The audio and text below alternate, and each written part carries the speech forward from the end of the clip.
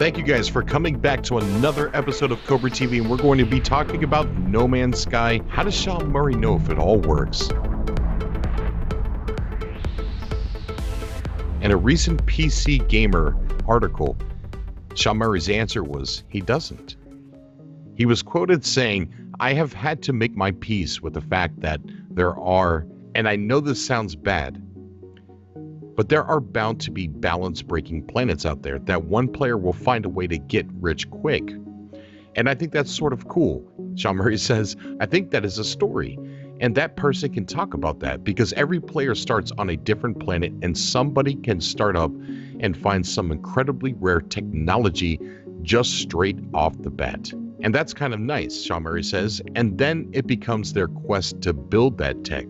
And they can also talk about it online and everyone can be like, oh my God, we have all been searching for that. Somebody's saying, like, I've searched for months and I haven't found that. I hate you now.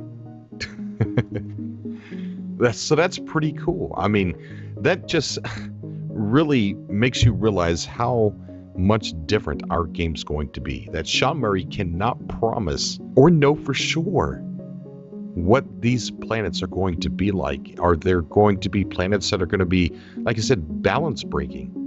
The article also touches on playstyles of people, and one of the questions were something to the effect of, do you think players are going to stay on one planet and settle there and call it home? And Sean Murray responded by saying, we do find people in playtests just staying on a planet for far longer than I would have expected, and that's cool. I like that. Even in doing demos and stuff like that, which are quite short, you find people finding a hazardous planet and they just want to see how long they can survive on it. Or you find people being on a hazardous planet and they go to a really lush planet and they feel like, this is nice. I just want to hang out here. I want to chill.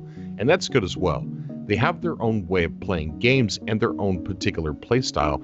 And then they find a planet that suits that better and gives them the experience that they want. And then they'll settle on that for a little bit and they might stay for a few hours and they might decide to move on.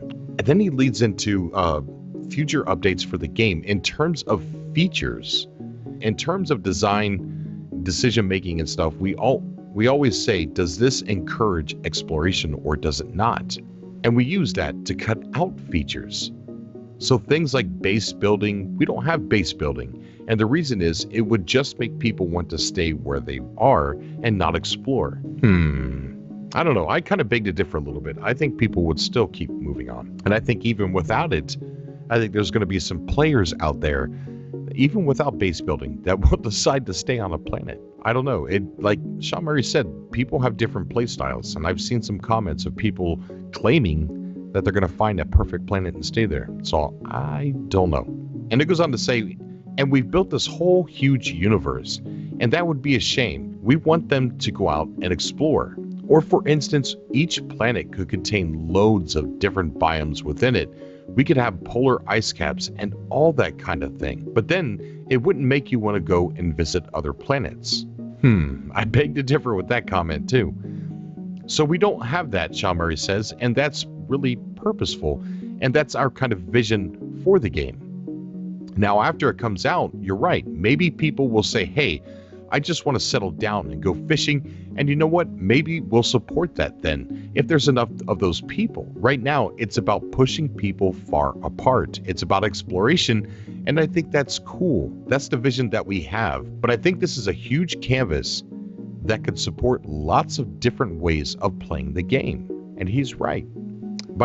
And the article goes on to read, by support, he's talking about post-release updates. While Murray has no plans for DLC, he does talk about the possibility of someday updating No Man's Sky with new features, mostly based on how Hello Games sees people playing the game. Then Sean Murray is quoted saying, there's things post-release that would be really exciting for the game that we could see how people are playing and iterate on that.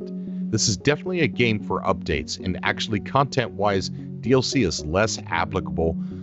Actually, the model that we're going for is a model that is way more common on PC than on console. A constantly iterated and growing feature set.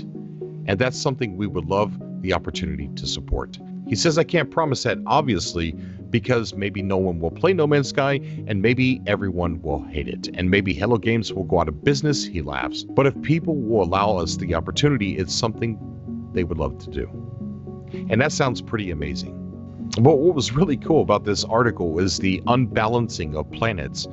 Leave a comment down below, a cool planet that you would think you could find in No Man's Sky that maybe Sean Murray and Hello Games didn't plan on being in there. Like he said, a get-rich really fast planet. Can you imagine coming across a planet that has the rarest of all resources and it's worth tons of money, and you're pretty much parked on top of it no matter where you land? That's pretty cool. Also, leave down in the comment section, are you one of those people that would like to build in the game? I myself have not been a real big fan of building games, but I haven't really given them a big chance yet.